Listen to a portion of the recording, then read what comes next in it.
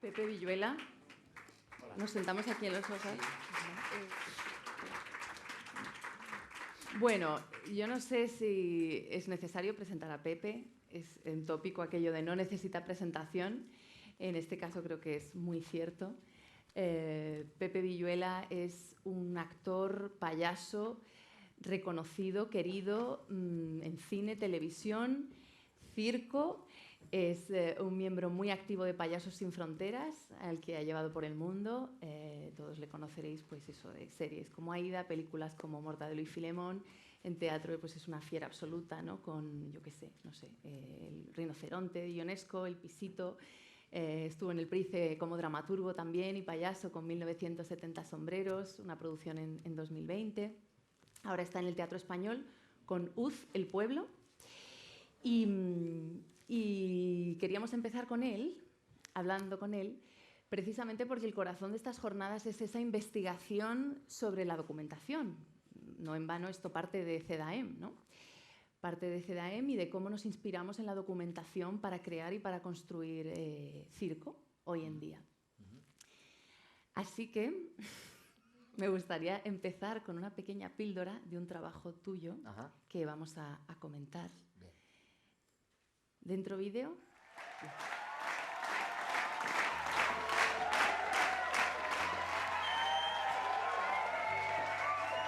Cuando al principio me estaban contando la historia de Marcelino, yo enseguida pensé en Pepe Villuela, por todas las razones. Tenía la estatura de Marcelino. Es cómico, físicamente tiene una preparación muy importante como la tenía Marcelino. Es un payaso, ama el mundo del circo, entonces es que no podía ser otro. Marcelino está haciendo algo también. Él está, pero su hacer es lo que estorba a los demás. Y luego trabajar con él, pues ha sido un... Él dice que para él ha sido un regalo cuando se lo ofrecimos a él, pero para mí ha sido el mismo regalo más. Yo he aprendido de él cada día porque le he visto actuar, le he visto la implicación, le he visto las horas de trabajo que tiene aquí porque acabamos nuestro rodaje y él se va al teatro o a ensayar o a enfrentarse al público. Y pues bueno, tienes que estar a la altura de lo que es Pepe y de lo que representa.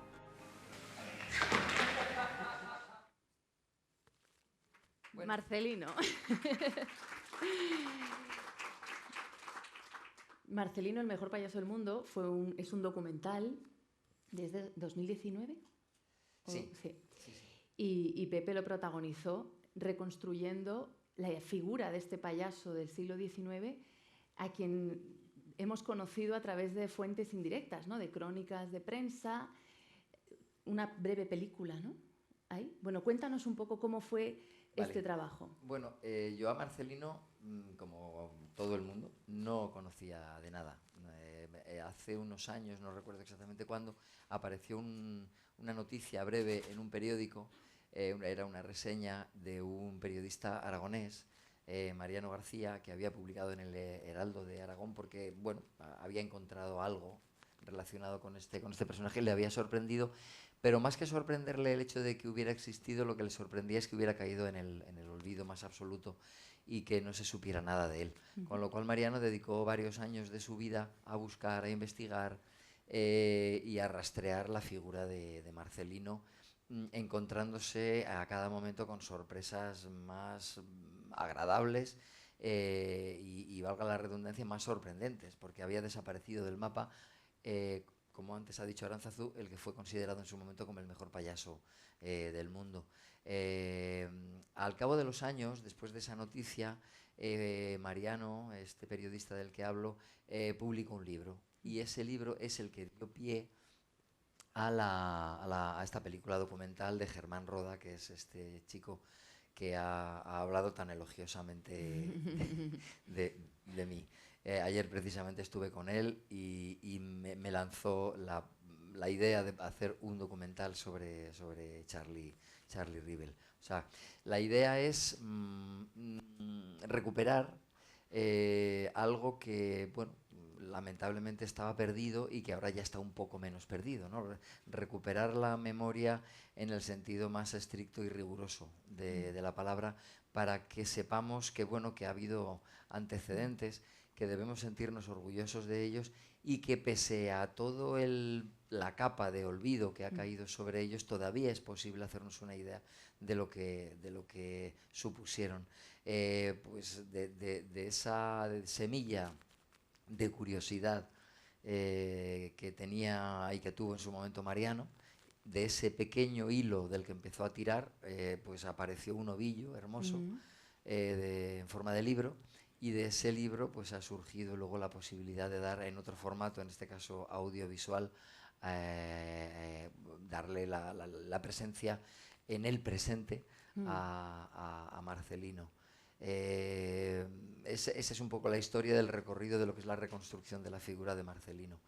Lo que se podía hacer con eso, bueno, pues era algo hermoso. Yo creo que ha quedado un documental que tiene más de ficción que de posibilidades reales de contar esa historia. Yo estoy seguro de que si en lugar de ser español, Marcelino hubiera sido norteamericano, esa industria del cine ya le hubiera dedicado una película en condiciones, ¿no? Cuando hablo de condiciones quiero decir con una dotación económica que hubiera permitido recrear los ambientes de la época, los lugares en los que actuó, que eran espectaculares. En Londres estaba en el Hipódromo, ese edificio todavía existe y aparece en la película, pero el Hipódromo de Nueva York, que se creó posteriormente cuando fueron a buscar a Marcelino a Londres, eran circos como el que tú diriges, como el Circo Price, pero bueno, pues dedicados a ocupar un espacio que después ocupó el cine. El entretenimiento en aquel momento estaba muy volcado en este tipo de espectáculos de variedades, pero además con una inversión estratosférica, monumental. Ahí había grandes piscinas en las que hacer batallas acuáticas, con unas capacidades brutales. Yo ahora mismo no recuerdo los datos, pero hablamos de miles de personas en cada uno de los espacios. Y Marcelino los llenaba a diario. El entretenimiento en aquel momento estaba basado en la presencialidad y en la espectacularidad con la que se llevaban a cabo esos espectáculos, ¿no? Y Marcelino, pues bueno, pues nació, no sé si quieres que cuente brevemente cómo fue aquello. Probablemente aquí ahí haya gente incluso que sepa mejor la historia de Marcelino, pero Marcelino era un muchacho que nació en una familia muy pobre, en Jaca, y que con pocos años fue enrolado, no sé si por parte de los padres o fue él mismo quien quiso marcharse con el circo, hechizado por aquel mundo, y se formó desde la base, recogiendo sillas, dando de comer a los animales, barriendo, haciendo las tareas pues más humildes dentro de lo que es la actividad circense. Pero fue aprendiendo el oficio, aprendió acrobacia, aprendió malabares, es decir, toda esa base que antes tenían los payasos y que ahora yo echo de menos, ¿no? en la formación integral de lo que es un payaso. Y él adquirió toda esa formación a lo largo de años de trabajo y de formación en ese circo, viajando por toda Europa, hasta que finalmente, bueno, pues consiguió hacerse un hueco en Londres, después de muchísimo recorrido, ya formado como el payaso que ya era.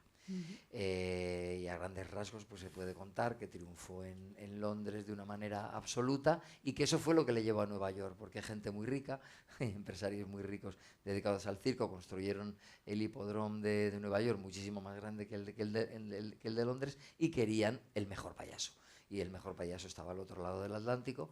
Era él, era así considerado, y fueron a ficharle y le hicieron una oferta que no pudo rechazar, y se fue para Nueva York nuevamente a triunfar y a convertirse en una estrella absoluta. Luego su vida derivó en catástrofes sentimentales, catástrofes económicas.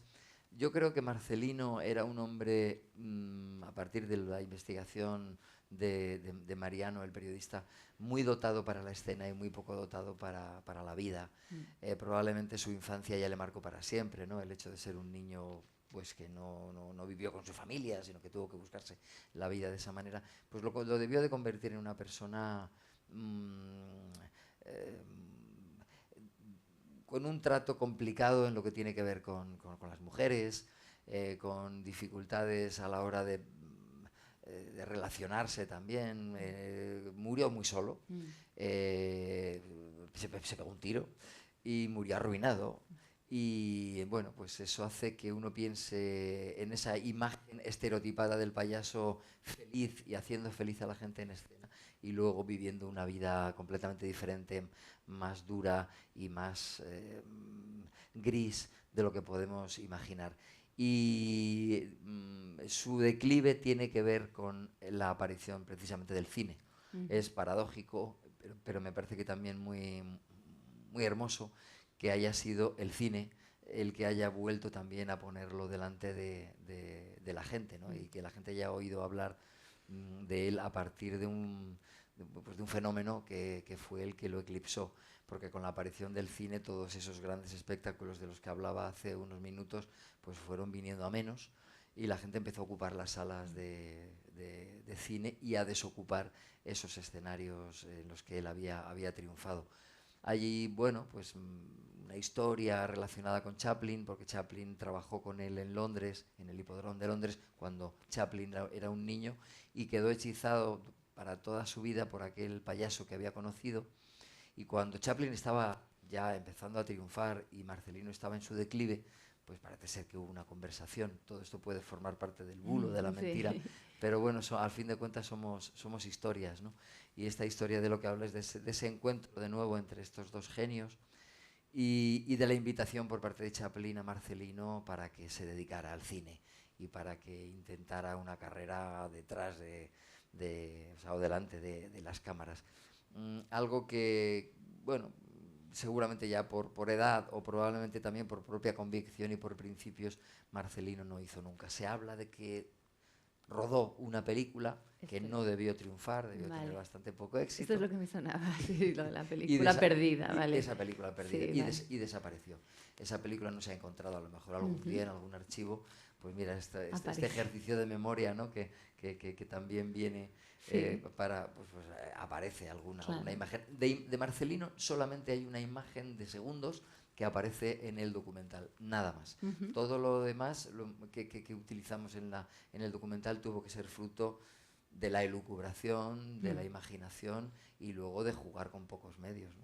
Eso te quería preguntar, ¿cómo hiciste esa arqueología de payaso? Porque tú tienes tu payaso, sí.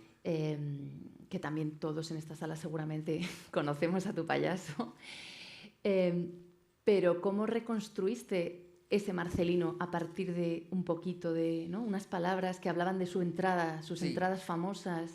Claro, yo creo que hablar de reconstrucción quizás sea excesivo, porque me voy a poner de pie, porque entre que soy pequeño y estoy sentado, así me veis, y sobre todo veo a quién se queda dormido y voy tomando. No se puede hablar de reconstrucción, porque no sabemos no sabemos lo que tenemos que reconstruir. Y reconstruir un payaso yo creo que es imposible, ¿no? A lo mejor una pirámide, pues uno puede a partir de una serie de planos, pero cada payaso es insustituible y es único. Y entonces, bueno, pues lo que hicimos fue imaginar y, bueno, echar mano de algunos documentos escritos que están propiamente en el libro y que hablan de algunas entradas de Marcelino. Por supuesto, no podíamos aspirar en absoluto a reconstruir los espacios en los que él estaba. Ahí se ha visto pues un lugar, estuvimos en Carampa. Muchas gracias. Gracias. Ay, que Pepe va a hacer su número. El payaso ha invadido la conversación. Sí. Bueno, entonces... va a ser peor, ¿eh? Va a ser peor. Ah, porque no llegas. No, porque gira. Bueno, entonces... vuelvo. Y a veces me posee el idiota que llevo dentro. Lo que hicimos fue leer aquello, ¿sí?, y darnos cuenta de... Bueno, darnos cuenta no, eso también constaba, que los espectáculos de Marcelino estaban basados fundamentalmente en el gesto, no en la palabra. Y él utilizaba el silbido y sobre todo pues juegos con un coche que aparecía en escena, no teníamos ese coche, habilidades que yo hubiera sido incapaz absolutamente de reproducir, ¿no? Parece ser que él tenía un número maravilloso con el que la gente bramaba, bueno, su sombrero caía al suelo y en lugar de hacer lo que hacen las personas habitualmente cuando algo se cae al suelo, que es recogerlo con la mano y volver a ponérselo, pues él daba un salto y se lo ponía y yo eso no lo puedo hacer. Es decir, yo estaba muy por debajo tanto de las habilidades como de las posibilidades materiales trabajaba con elefantes. Yo no tengo. No tengo, nunca. Bueno, sí, un chiquitito, pero no me valía. Bueno, quiero decir que tuvimos que recurrir a la poesía también, y a la complicidad del público a la hora de entender que lo que Marcelino era no era yo, y donde Marcelino estaba no era el lugar en el que estábamos. Jugando. Es lo que es. Yo creo que además es la mejor manera de reconstruir o de reproducir o de jugar a recuperar y a traer al presente a una figura como la suya, ¿no? No sé lo que él hubiera pensado, seguramente hubiera dicho, habéis hecho una auténtica mierda con lo que yo era. Seguramente porque no era de trato... Bueno, no lo sé, a lo mejor también yo me estoy pasando, ¿no? Pero no creo que tuviera mala uva, pero seguramente sí que era una persona muy retraída y difícil, seguramente. No lo sé, a lo mejor le estoy difamando, es que no lo sé. De la misma manera que tampoco sé cómo eran sus números, a la hora de hablar de él, pues tengo que ser muy cauto y decir, bueno, son elucubraciones que haces como pues una persona que de pronto pues fracasa y que no tiene amigos, y que fracasa, quiero decir, en el sentido de que en el amor le fue muy mal, que fue denunciado por malos tratos por su primera mujer. A ver, sería verdad, yo qué sé, es que es muy difícil, y lo que realmente nos interesaba pues era lo que tenía que ver con el aspecto escénico, ¿no? Pero tampoco queríamos dejar pasar del todo de largo lo que había tenido que ver con su figura humana, que probablemente humanamente pues fue una persona tan triste en la vida porque venía de un lugar muy, muy complicado, ¿no? Pero a la hora de reconstruir tienes que tener muchísimo cuidado, ¿no? Pues no puedes decir, hacía esto y él no está aquí para corroborarlo ni para desmentirlo, y hay que ser muy, muy respetuoso en ese sentido. Lo que hicimos fue un homenaje, realmente. Ese documental es un homenaje a una figura desconocida, que por otra parte también hacía que las personas que amamos el circo aquí en este país pues hiciera que nos sintiéramos muy orgullosos, ¿no? De haber tenido, haber podido contar en la historia del circo en español con una figura que había desaparecido, Marcelino. Ahora, bueno, pues ya se conoce medianamente, y creo que cumplimos con esa misión, ese cometido que nos habíamos propuesto, ¿no? Que es el de, bueno, que Marcelino vuelva a existir en la memoria de alguna manera, como pueda ser. Si tuviéramos una película, pues, pero eso desapareció. Contribuye eso también de alguna manera también a la leyenda, y no está mal tampoco. Eso te iba a preguntar, porque en el caso de la historia de Marcelino se dan unos determinados ingredientes que yo creo que han hecho que eclosione muy bien el relato a nivel mediático, porque se puede sostener la leyenda porque no hay mucho material que la avale, pero, bueno, o que la complete más que la avale. Luego se reúnen ideas, nociones un poco míticas, ¿no? Como de origen humilde, gran ascenso, gran éxito, gran caída, ¿no? Y incluso escenográficamente, ¿no? Como del hipódromo ante 20.000 personas en Nueva York a una pensión solitaria con un revólver. Bueno, eso, y nació en Jaca, ¿no? Que también en los titulares se juega mucho con lo del origen de Jaca a Nueva York. ¿Tú crees que desde tanto las personas que amamos el circo como los propios payasos y artistas de circo hay una especial mitomanía? ¿Hay una querencia por lo legendario, por lo mítico, por lo misterioso, que al payaso le alimenta la mitomanía acerca de otros payasos? Yo creo que el circo también son elucubraciones y pensamientos personales que, bueno, comparto con vosotras y vosotros, el circo relata una épica de superación. Es decir, en el circo vemos prodigios, nos salimos de lo convencional, nos enfrentamos a la muerte, unos más que otros, ¿no?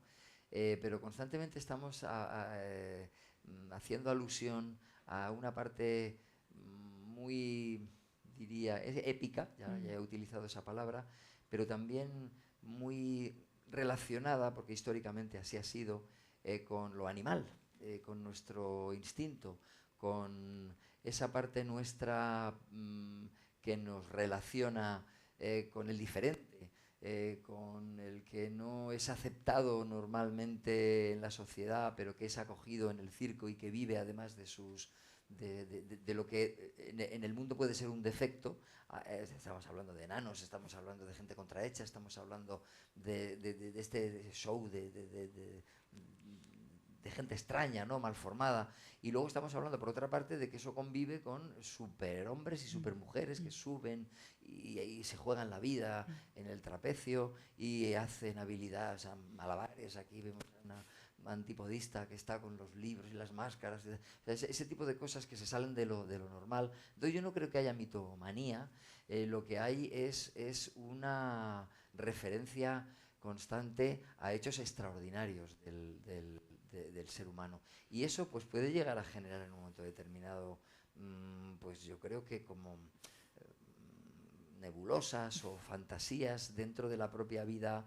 Cuando volvemos a la vida real después de haber vivido en esos ambientes, pues uno probablemente pues de pronto se encuentra inadaptado, ¿no? Debe ser como cuando vas a la luna y vuelves a la Tierra. Pues lo que le pasó a Marcelino, estar en ese espacio de éxito descomunal, de reverencia absoluta por parte del público, de admiración de Marcelino, se hacía, bueno, el merchandising de la época tenía marcelinos pequeñitos, tenía marcelinos montados en coches, había libros, había cómics de Marcelino. Marcelino era una auténtica estrella venerada. Cuando se fue, dice la leyenda también, ¿no?, que cuando se fue de Londres, fueron a despedirle al puerto miles de personas, y los niños lloraban porque le habían robado a su payaso, al payaso de su ciudad, y se lo llevaban a Nueva York. Claro, cuando de pronto bajas de ese lugar y llegas a la tierra y te encuentras de nuevo sin dinero y te encuentras pues también no querido.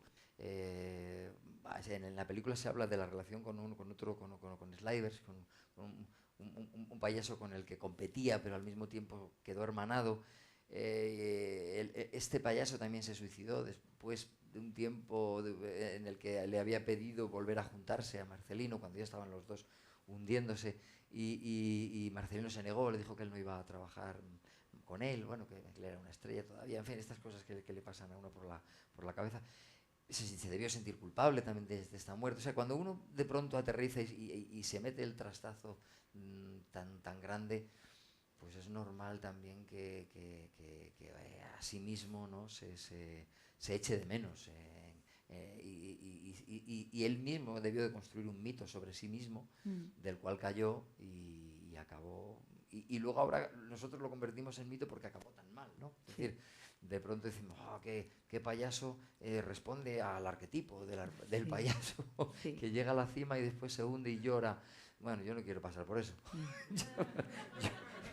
Yo no quiero pasar por eso, no. Y espero que mi vuelta, bueno, yo tampoco he llegado tan alto ni llegaré nunca, pero espero no caer hasta el punto de querer quitarme la vida, ¿no? Es muy duro. Conocemos otros ejemplos en la historia del circo de gente que ha acabado mal. Yo creo que quizá precisamente también por eso, porque se vive en un lugar que cuando se destruye, cuando se deshace, es insoportable la vida. Vamos a ver otro trabajo tuyo sobre otro payaso histórico y otra evocación, homenaje que hiciste en la pista, que es una historia muy distinta de la de Marcelino, con un final muy distinto también. Vamos a ver un fragmento de 1970 Sombreros, esta producción del Circo Price que Pepe coescribió junto a Aránzazu Río Salido, y vamos a ver la escena en la que estaban Ramón Gómez de la Serna y Charlie Rivel en la pista. Sí.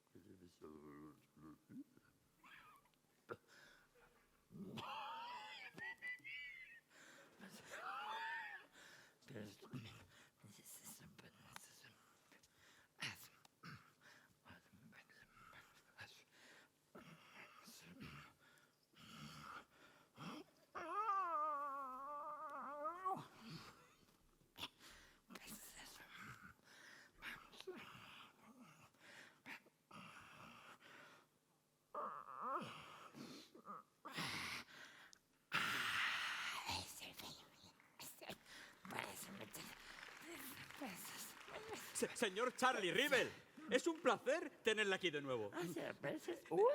¿Me permite hacerle unas preguntas? Una pregunta. ¿Sabe usted que hoy está muriendo un payaso?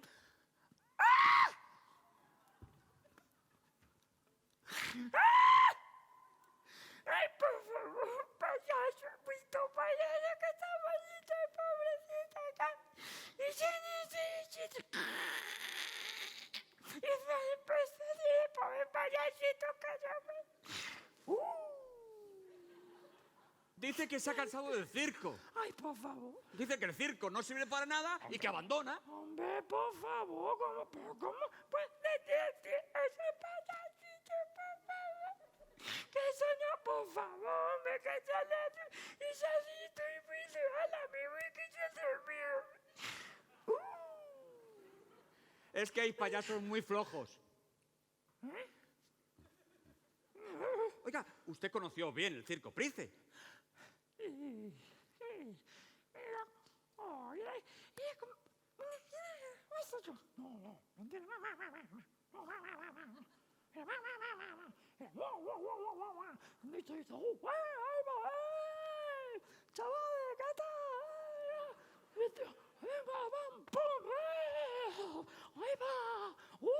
¿Qué pasa? No sé.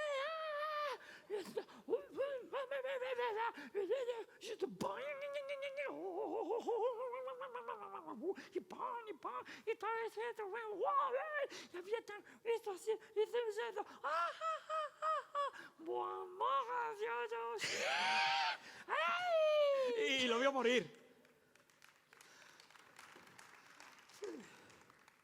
Sí, ¿verdad? Precioso tenía esa historia, pero pobre, estaba eso, pero... No, mira, circo, cuando cuento que toma esto, y pim,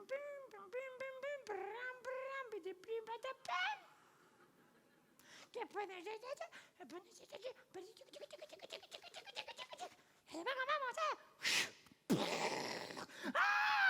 por favor! ¿Qué pasa? ¿Qué pasa? ¡No sé! ¡Ay, qué pasa! ¡Qué pasa! Y eso...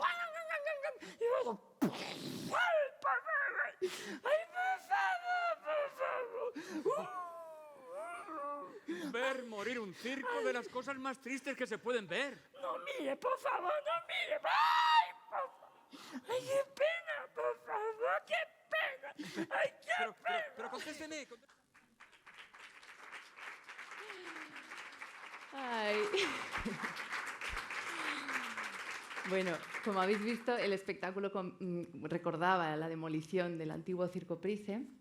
Y tú, entre otros personajes, pues evocabas a este Charlie Rivel. ¿Ves? Esto sirve claramente para ver lo que comentábamos antes de Marcelino, ¿no?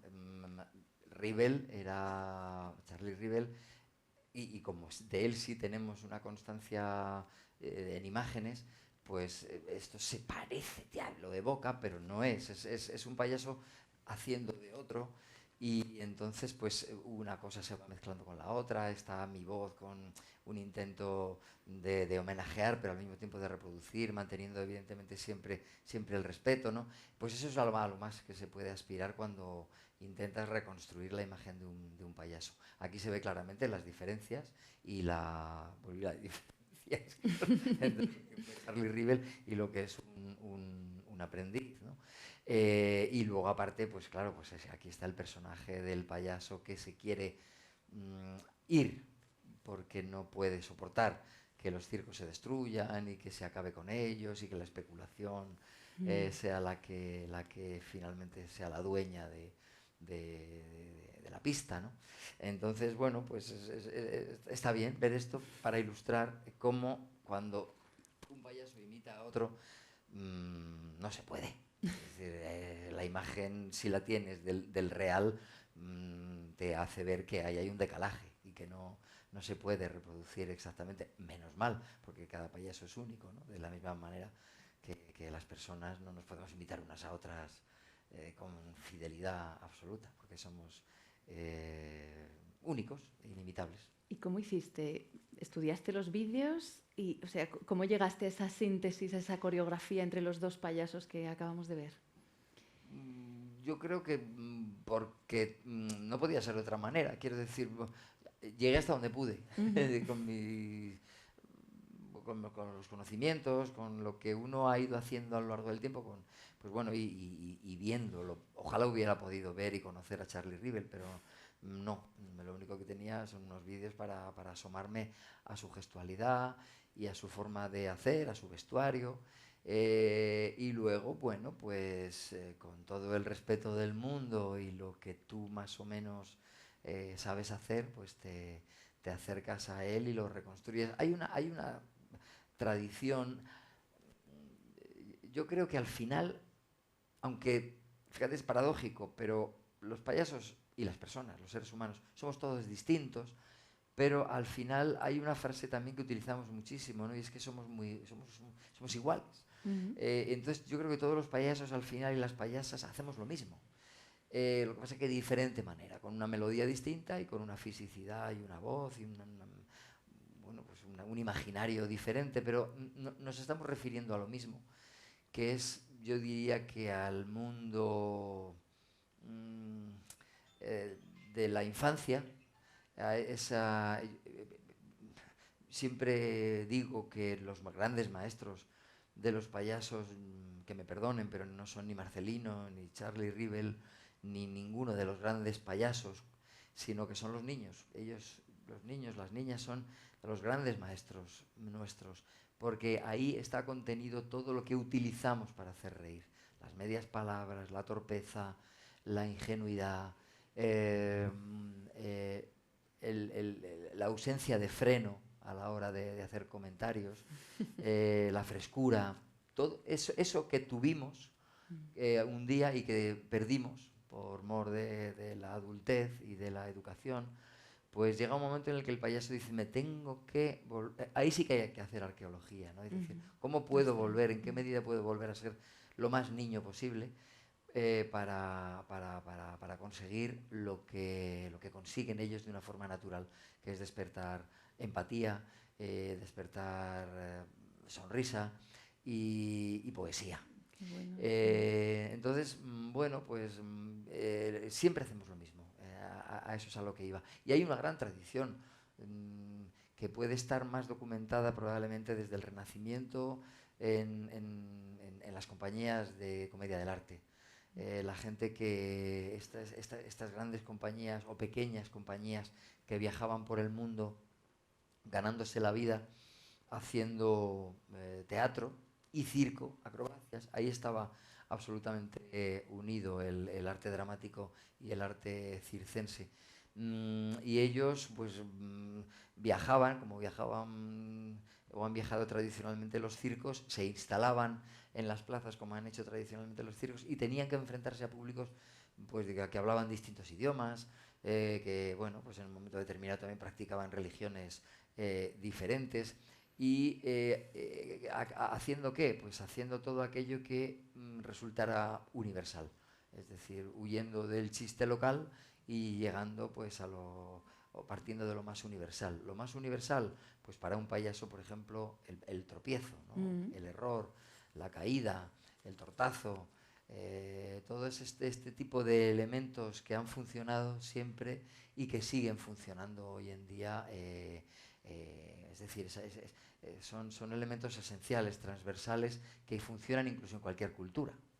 Viajas a países lejanos y un tropiezo siempre funciona, y un señor enredándose con una chaqueta también funciona, alguien que hace malabares, que los hace maravillosamente, también funciona, ¿no? El circo tiene un lenguaje universal y creo que se lleva haciendo lo mismo con mejoras y con retrocesos y demás, pero desde tiempo inmemorial.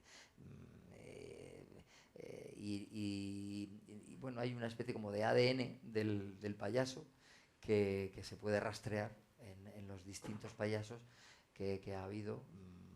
Podemos hablar de Ramper, podemos hablar de Tonetti, podemos hablar de Popov, Teddy, de todos estos grandes payasos que han, que cuando los ves dices, qué bien está hecho, pero cómo nos repetimos, ¿no? Constantemente, reproducimos las mismas estructuras porque son las que funcionan, porque son las esenciales. Vamos a lo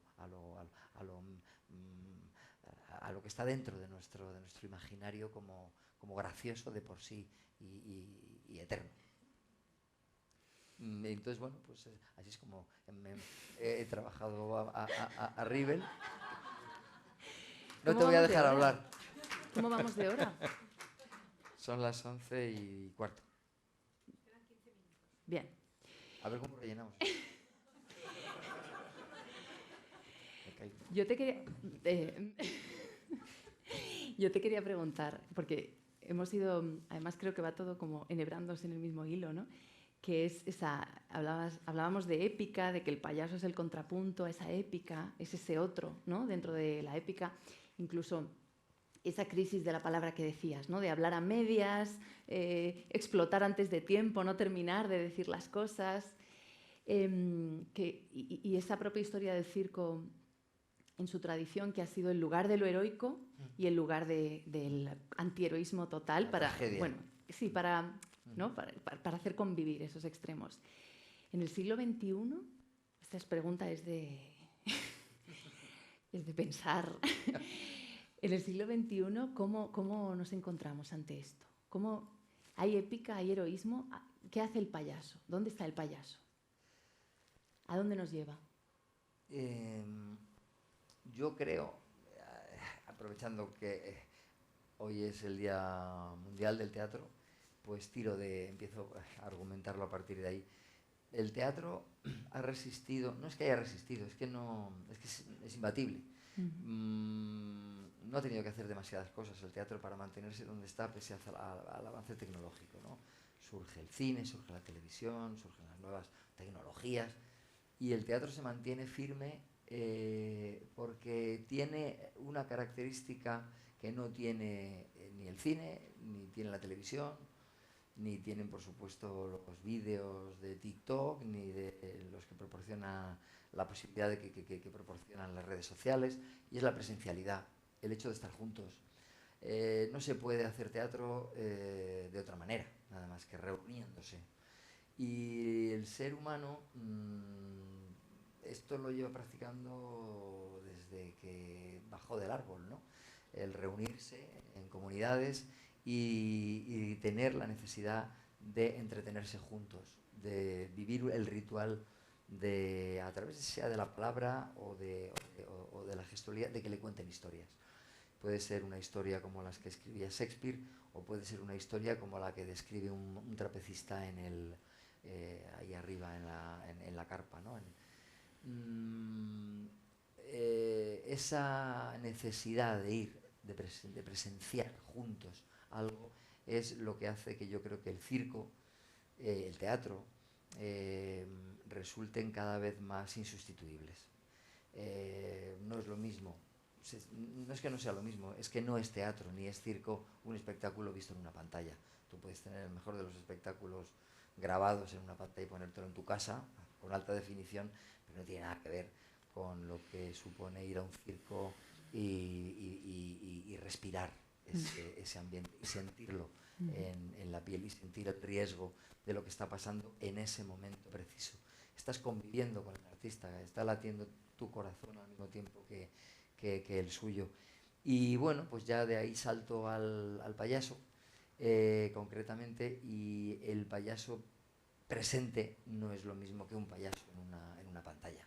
El payaso, en el momento en el que está con el público y siente la ola de la risa, de la carcajada, y puede mirar directamente a la grada y fijarse en el niño, la niña que está ahí, o en la persona mayor que se está carcajeando, o que está muy seria, o que está consultando el móvil y te puedes ir a él. Eso no lo puedes hacer en una pantalla, porque no estás con las personas. Pero cuando estás en un circo, cuando estás viviendo ese momento con la gente, el público sabe que eso es irrepetible y que ha pagado una entrada para ver algo que mañana va a ser distinto. Y eso no pasa en el cine. ni pasa en la televisión, con lo cual yo creo que el circo y el teatro, y por ende todos los artistas que participan de esas dos modalidades de espectáculo, pues están y son más necesarias que nunca, porque la gente lo echa de menos.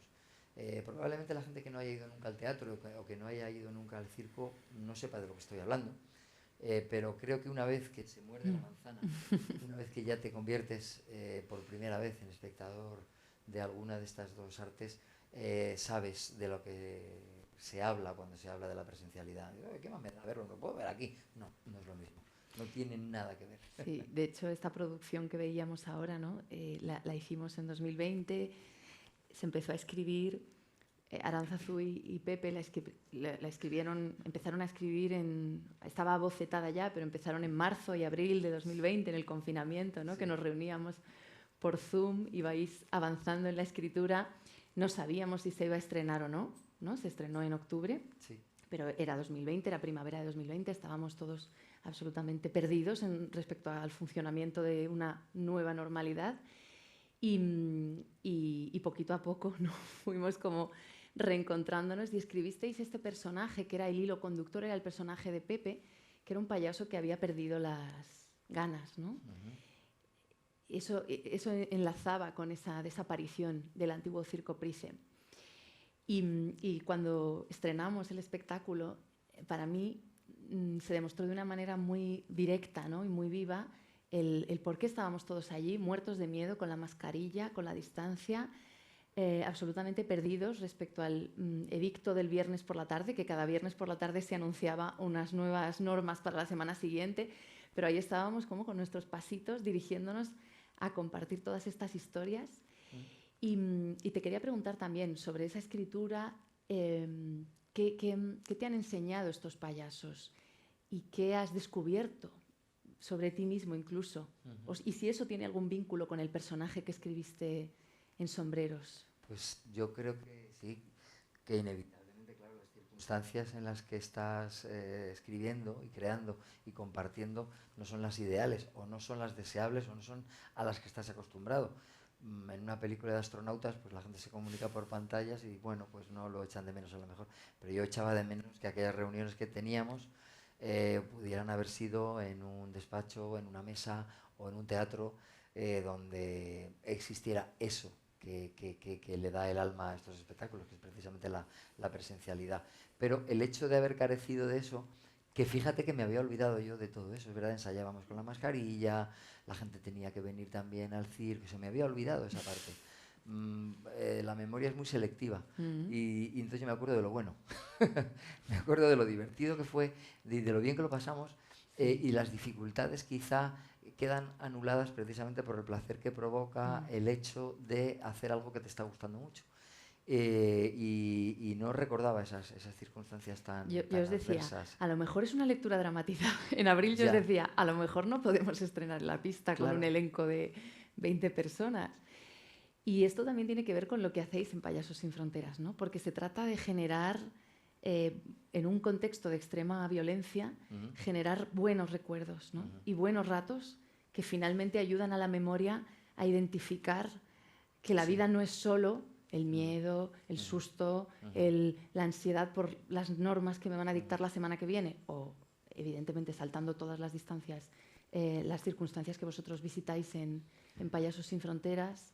Es una prueba más de que el circo tiene mucho que decir y mucho que hacer en el mundo en el que estamos, porque no es un mero entretenimiento.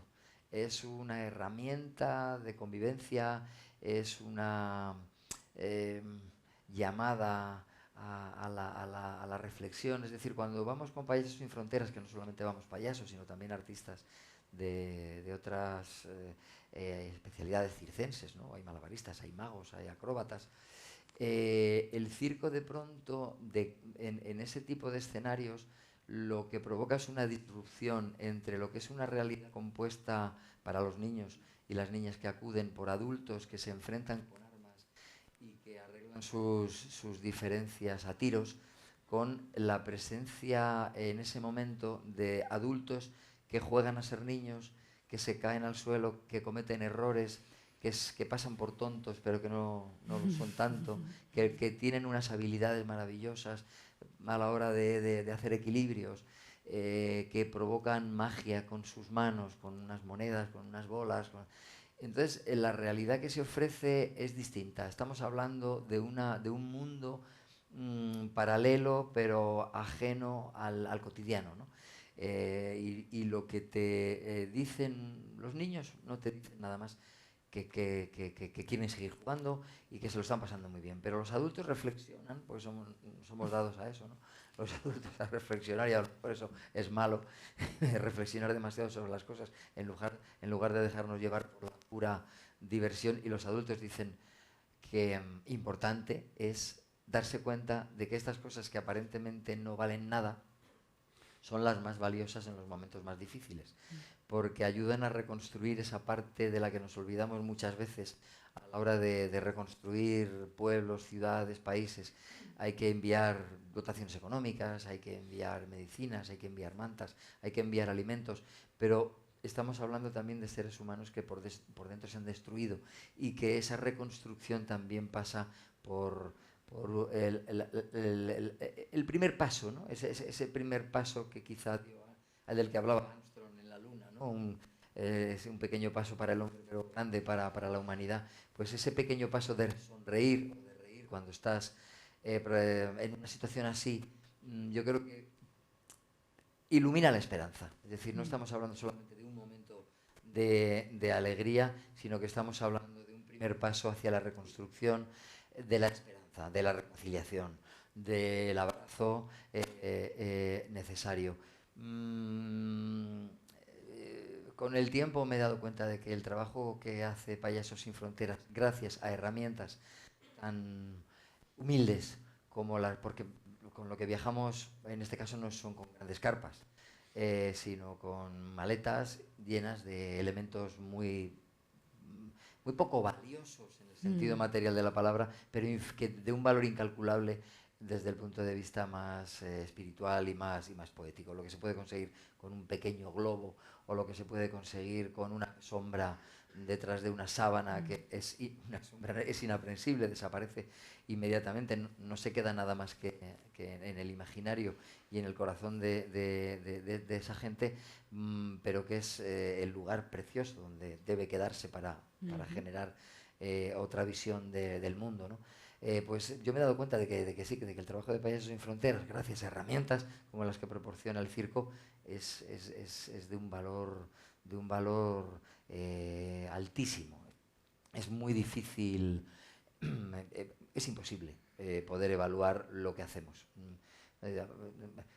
¿Qué se ha reconstruido? Bueno, pues a lo mejor imaginemos un niño que sueña en Palestina con ser como su hermano, que se inmoló un día y se suicidó en un checkpoint. Pues a lo mejor resulta que ese niño de pronto descubre que ser payaso le sirve también para... Si conseguimos que un niño sustituya la idea de convertirse en guerrero por la idea de convertirse en payaso, aunque suene un cursi, yo creo que hemos hecho algo, que hemos conseguido algo. Nunca sabremos si fue por eso, pero a mí me gusta pensarlo porque es lo que me anima a volver, ¿no? y a seguir haciendo esas cosas. El circo, el teatro, las artes escénicas en general son, como decía cuando hemos empezado hace un rato, yo creo que no solamente inagotables, sino invencibles, precisamente porque las necesitamos para sobrevivir. Arroyo que marcamos. Pues yo creo, ya estamos, ¿no? Estamos con estas hermosas palabras sobre invencibilidad de lo frágil. Nos despedimos y agradecemos a Pepe la conversación. Vamos a tomar un aplauso. Vamos a tomar un café fuera y volvemos a las... Sí, ahí fuera en el vestíbulo. A la 1:30, así volvemos. No.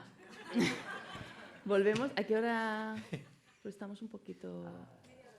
Bueno, en media hora nos vemos aquí para seguir la conversación. Gracias. Pepe.